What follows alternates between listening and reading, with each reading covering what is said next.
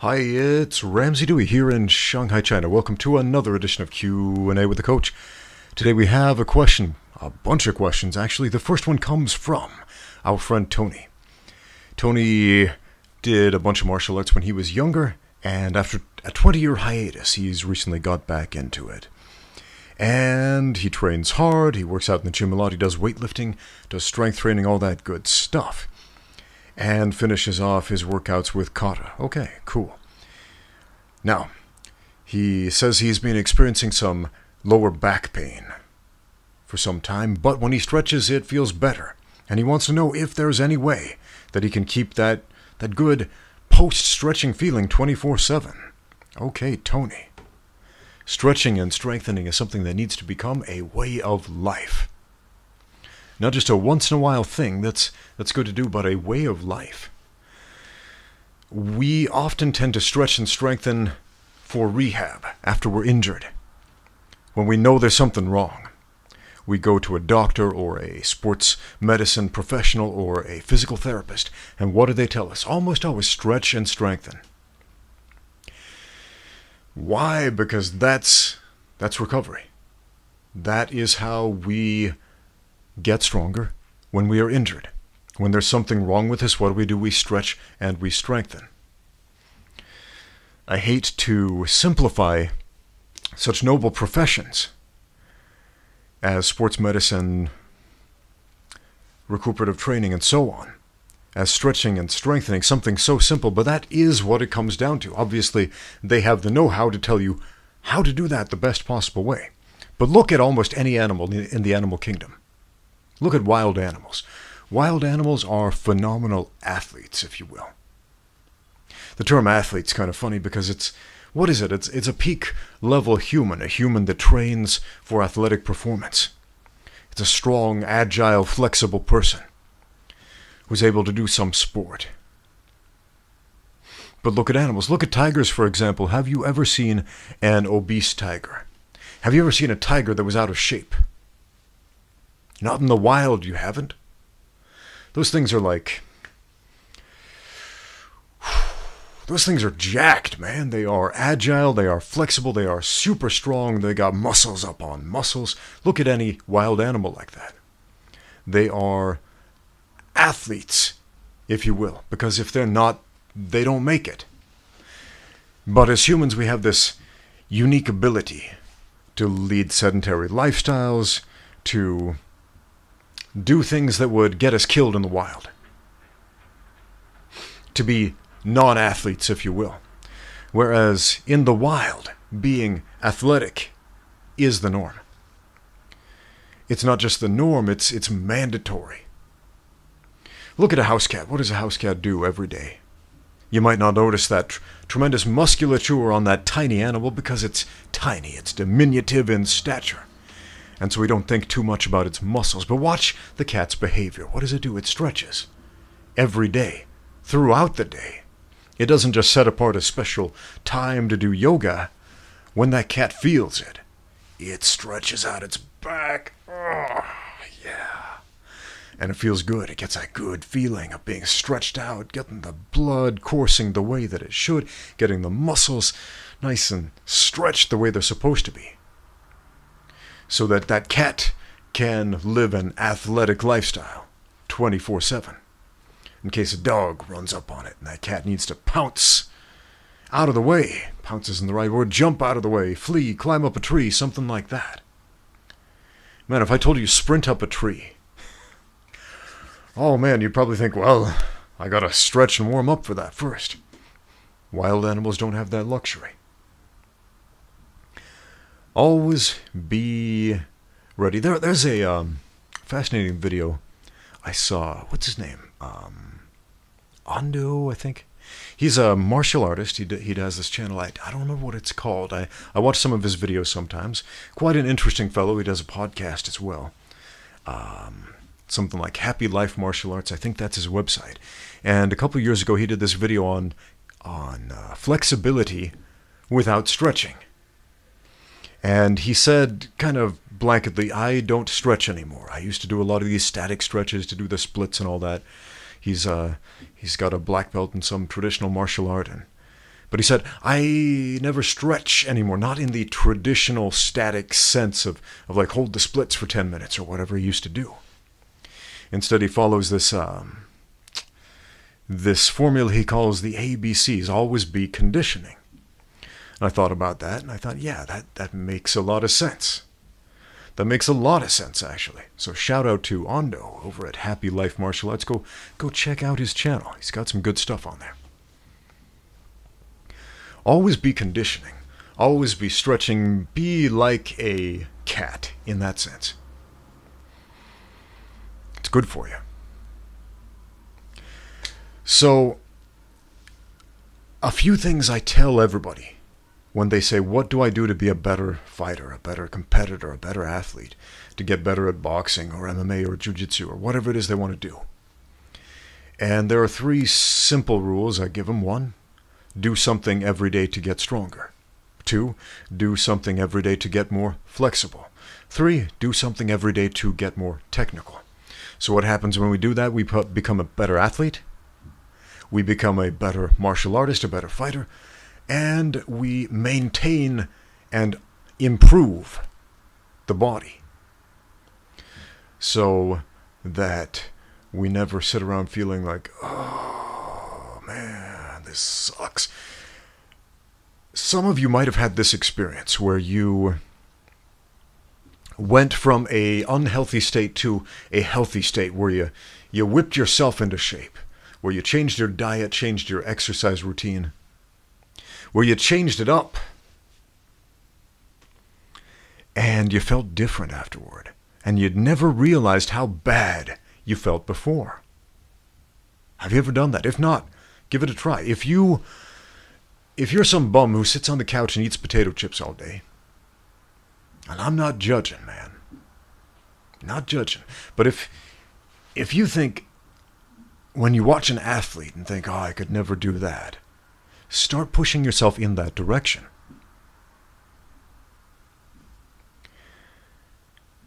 Do something every day to get stronger, more flexible, more technical.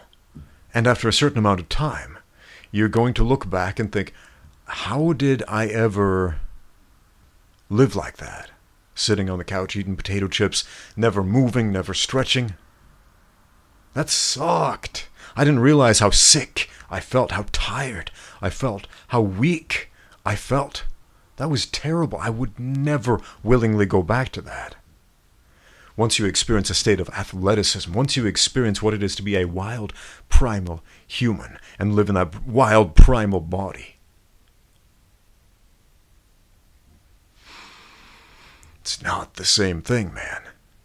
So how do you maintain that good feeling constantly? Well, life is a state of flux. There will be ups, there will be downs.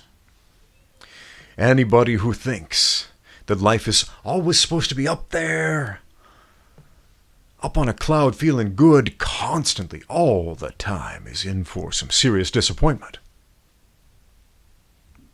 Because you're going to stretch and you're going to feel good. And you should throughout the day. Always be conditioning, like our friend Ondo said. Again, go check out his channel. Good stuff.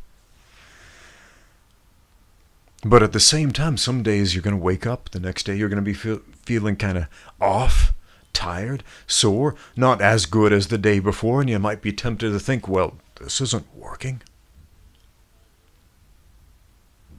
And on those days, those are interesting days for me, because when I push myself to start moving, to do something to get stronger and more flexible and more technical, when my body doesn't want to, when my mind doesn't want to, but my heart says I will,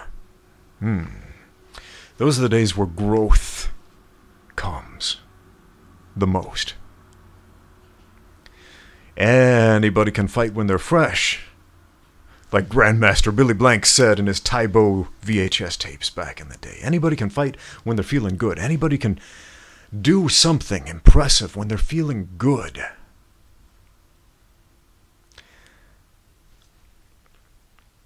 But as my favorite boxer of all time, Jack Dempsey, said, a champion is a man who gets up when he can't.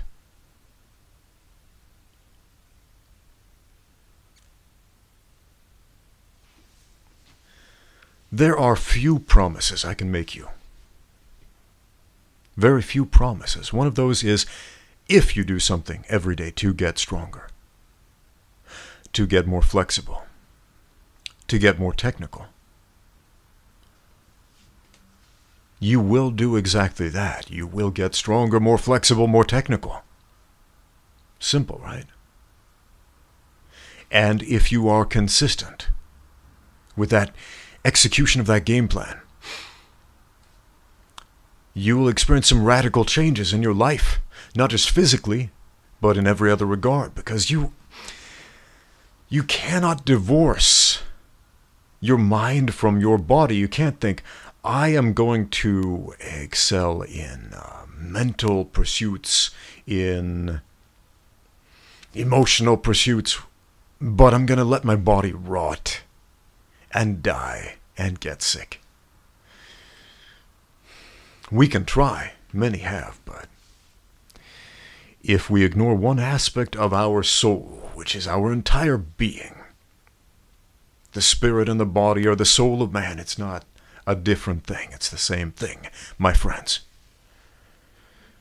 If we ignore one aspect, we are out of sync with ourselves, and then we're definitely not going to be feeling good most of the time. You know what? Even when my body is sore, even when my body is tired, because I push myself to do something every day to get stronger, more flexible, more technical, in one way or another, I've got a good feeling about me. It's more than that, though.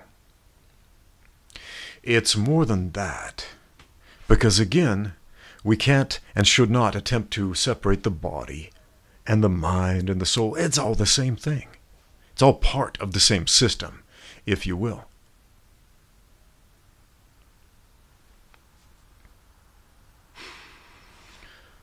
You can learn a great deal about everything by studying, by learning everything there is to know about one thing.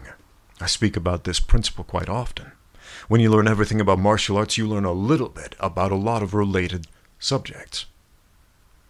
But you have to learn. You must become a lifelong student. Never, ever stop learning.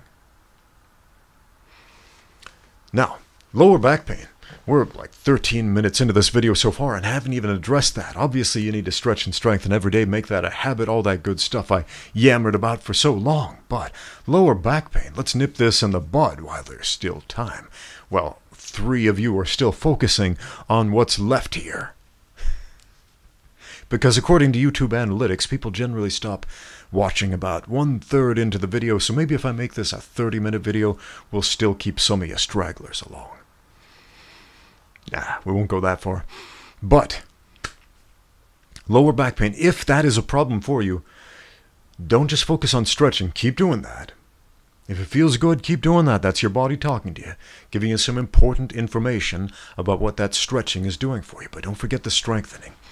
Lower back pain is often caused by weakness in the glutes, the muscles in your butt, the gluteus maximus, and those muscles on the sides of the hips as well.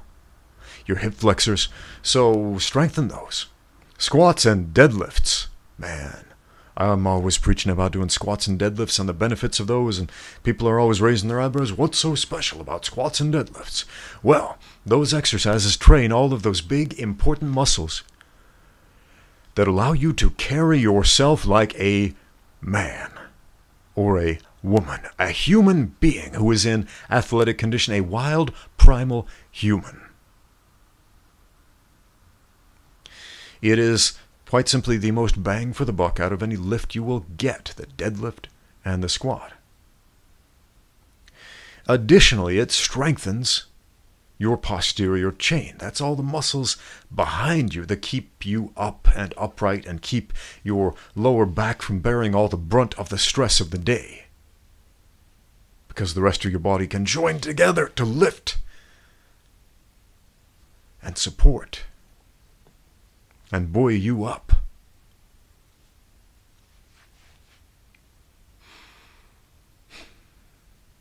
So as we stretch, never forget, strengthen. Okay, 15 minutes in. Longer than I intended to answer this simple question. Thank you for watching. Now get out there and train.